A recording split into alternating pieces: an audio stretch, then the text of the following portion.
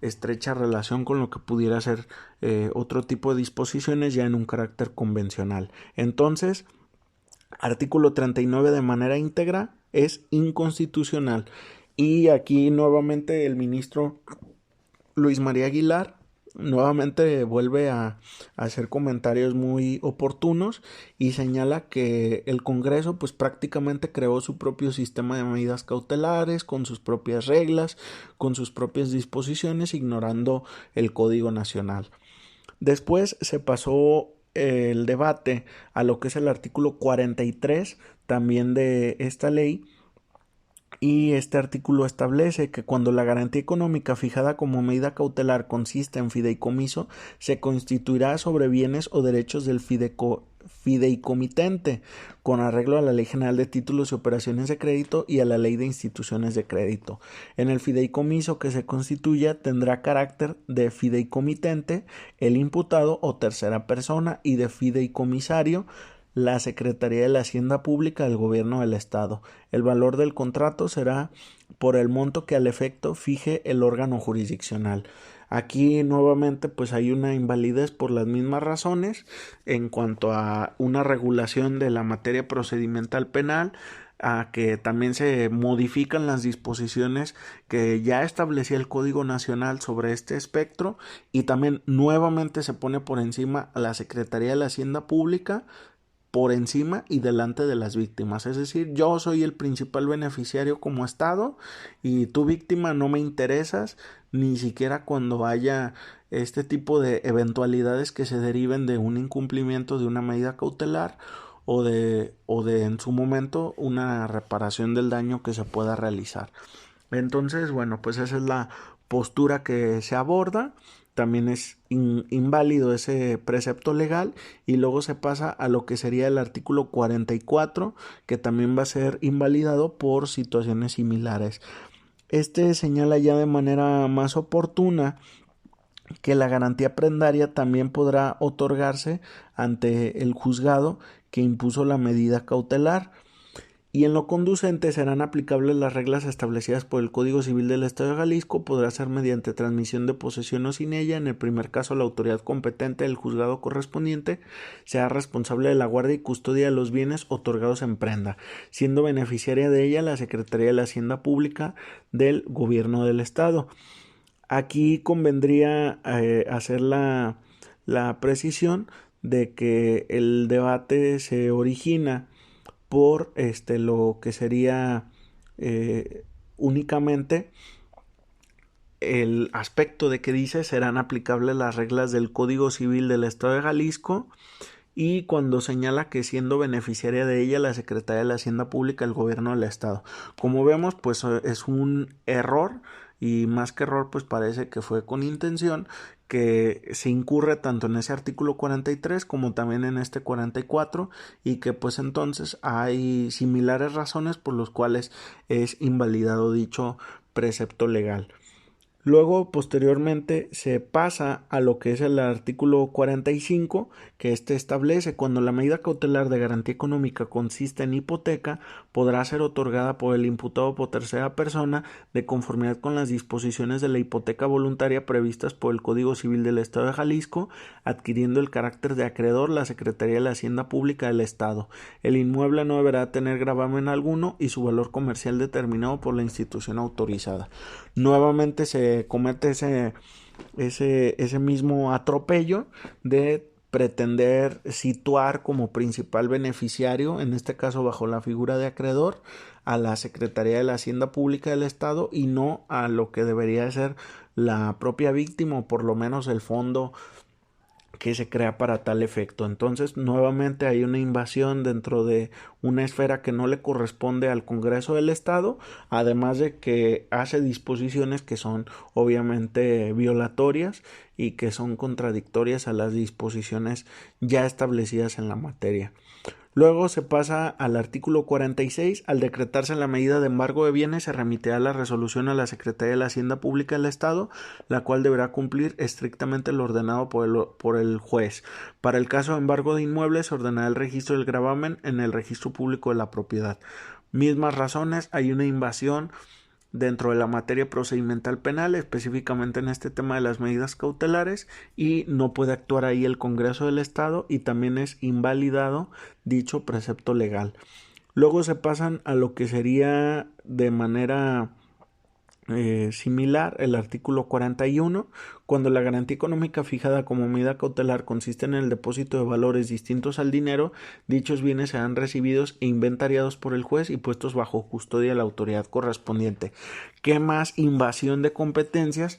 que el tratar de darle nuevas facultades al juez, de decir qué puede y qué no puede hacer? Pues claramente eso va en contra del artículo 73 en relación al 124 de la Constitución Federal y por lo tanto artículo 41 también es invalidado.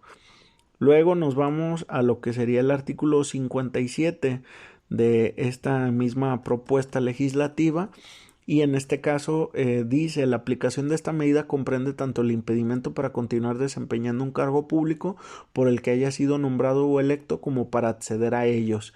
Y esto se refiere pues cuando se impone la medida cautelar relativa a la suspensión de labores. Y en este caso también es inconstitucional porque pretende reglamentar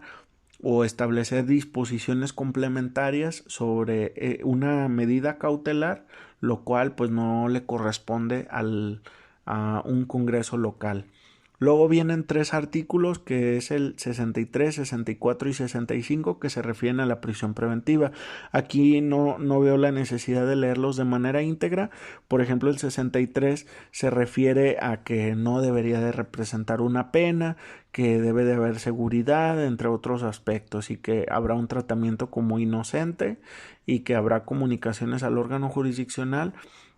de restricciones que se impongan. Luego el 64 hace referencia a que se va a remitir al centro penitenciario las resoluciones del juez, que se va a formar un expediente, que va a haber un cumplimiento exacto de la medida, que se debe instruir a la autoridad para la forma en que se lleve la medida, que no va a haber un encierro en celdas de castigo, que después en el artículo 65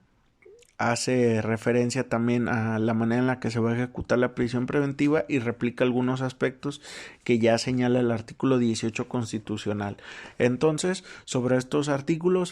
se basa la misma argumentación, que es materia procedimental penal y que por lo tanto no pueden invadirla. Sin embargo, yo aquí en este caso específico además consideraría que hay una invasión en otro espectro también de ese artículo 73 constitucional, pero lo que sería la materia de ejecución penal, toda vez que pretende establecer disposiciones sobre el formar un expediente de ejecución que lo va a realizar el reclusorio, así como disposiciones sobre las comunicaciones que deben de realizarse entre el juez y la autoridad penitenciaria, algo que ya regula la Ley Nacional de Ejecución Penal, por lo cual yo creo que ese punto también haría que sea inconstitucional. Luego se hace otro análisis ahora del artículo primero de esta misma ley, pero en su párrafo primero. Recordar que este artículo ya fue invalidado, pero en su párrafo tercero sobre la supletoriedad, pero ahora por lo que ve a la justicia para adolescentes. Y aquí pues nuevamente se emplean argumentos similares en razón de que hay se violenta el artículo 73 constitucional, ya que el único órgano que le corresponde legislar sobre el procedimiento penal de justicia para adolescentes es al Congreso de la Unión. Además, aquí nuevamente hay un comentario muy oportuno del ministro Luis María Aguilar, en donde señala que esta ley de Jalisco ni siquiera garantiza la especialización que establece el artículo 23 de la Ley Nacional del Sistema Integral de Justicia Penal para Adolescentes. Entonces, pues se quieren invadir facultades, se quieren invadir competencias, se quiere sobreregular, se quiere tratar de establecer legislaciones innovadoras, pero ni siquiera pueden garantizar los principios elementales de las legislaciones, como es el tema de la especialización. Pues entonces es algo como muy absurdo, pero pues afortunadamente la Suprema Corte ya declaró inválida dicha disposición. Finalmente, antes de terminar esta primera parte, se vota, se establece y se acuerda que la invalidez tendrá efectos retroactivos a partir del 26 de marzo del 2019. Un punto muy importante, toda vez que recordar que pues al menos aquí en Jalisco cada año se aperturan cerca de unos 7,000, 8,000, incluso hasta 10,000 carpetas administrativas, si no es que más, en donde pues claramente en varias de ellas, en un alto porcentaje hay imposición de medidas cautelares. Debe de haber miles de audiencias donde hubo una fundamentación con base en disposiciones que son ahora inconstitucionales de esta ley, y pues vamos viendo a ver qué efectos va a tener. No dudaríamos que en varias de ellas incluso hubo como consecuencia de la aplicación de esta ley una imposición de una prisión preventiva, que en algunas de ellas hubo afectaciones de carácter patrimonial hacia los imputados por la aplicación de estas disposiciones, que en muchas de ellas la actuación de la Unidad de Supervisión de Medidas Cautelares y de Suspensión Condicional del Proceso se excedió dentro de las facultades que originalmente le establecía el artículo 177 del Código Nacional, al Jalisco pretender establecer más facultades que las que ya se le concedían. Pero bueno, pues ya veremos en la práctica cuáles consecuencias son los que se van dando, pero por lo pronto invalidez con efectos retroactivos a partir del 26 de marzo del 2019. Veremos en su momento cuáles son las consecuencias en lo particular, y un punto muy relevante: el debate no ha finalizado. El ministro Aguilar propone al menos otros 8 artículos que serían considerados inconstitucionales, 10 artículos, mientras que el ministro Arturo Saldívar propone lo que serían alrededor de otros 35 artículos. Algunos de ellos son los que ya menciona el ministro Luis María Aguilar, y el día de mañana va a continuar la discusión sobre dicho aspecto. Incluso dentro de lo que se proponía, por ejemplo, que el artículo primero fuera declarado inválido en casi su totalidad, toda vez que incluso pues hasta el objeto de la ley era inconstitucional. Imaginémonos. Entonces, el que un Congreso ni siquiera pueda establecer adecuadamente cuál es el objeto de la ley, pues habla mucho de la calidad de los diputados, de la calidad de sus asesores, y dentro de los asesores, pues de la calidad de tanto los abogados que los acompañen como asesores legislativos, como cualquier otra persona que pudiera pertenecer a algún órgano público que debería tener este tipo de conocimientos elementales, pero que aún así permitieron que pasaran este tipo de legislaciones inconstitucionales. Finalmente, cabe añadir un aspecto: no es la única resolución, no es la primera, no es la última de la Corte donde hay este tipo de disposiciones. Se cita, por ejemplo, como antecedente las acciones acumuladas 22 y 23 del 2015 referentes a disposiciones de Zacatecas, pero también está, por ejemplo, la acción de inconstitucionalidad 10 del 2017 y sus respectivas acumuladas referentes a la Constitución Política de la Ciudad de México. Ha habido también disposiciones que se declaran inválidas de leyes orgánicas de fiscalías. Incluso hasta las leyes de desaparecidos han sido declaradas inválidas, algunas normas, algunas fracciones, por este tipo de situaciones. Entonces, pues hace falta que tengamos una mejor calidad legislativa, y pues qué bueno que la Suprema Corte se esté metiendo a este tipo de temas, porque de lo contrario, el día de mañana en Jalisco va a aparecer